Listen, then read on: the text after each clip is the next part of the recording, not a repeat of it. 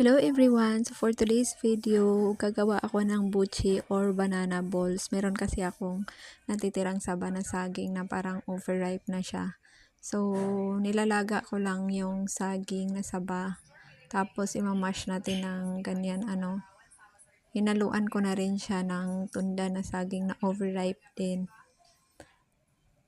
Pagkatapos nating i-mash, lalagyan lang natin ng harina. Tapos mix lang hanggang sa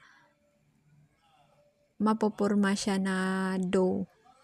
And then, lagyan ng asukal at saka konting asin. Pagkatapos, slice mo lang estimate mo lang ng slice na para gagawa ka ng bilog or yung balls na. Tapos, sa gitna ng balls, nilalagyan ko lang ng cheese. Actually, sa iba-iba kasi yung pwedeng ilagay. Merong halaya, tsokolate. Pero, ang meron dito, mozzarella cheese. So, yun yung nilalagay ko. Ito yun, oh.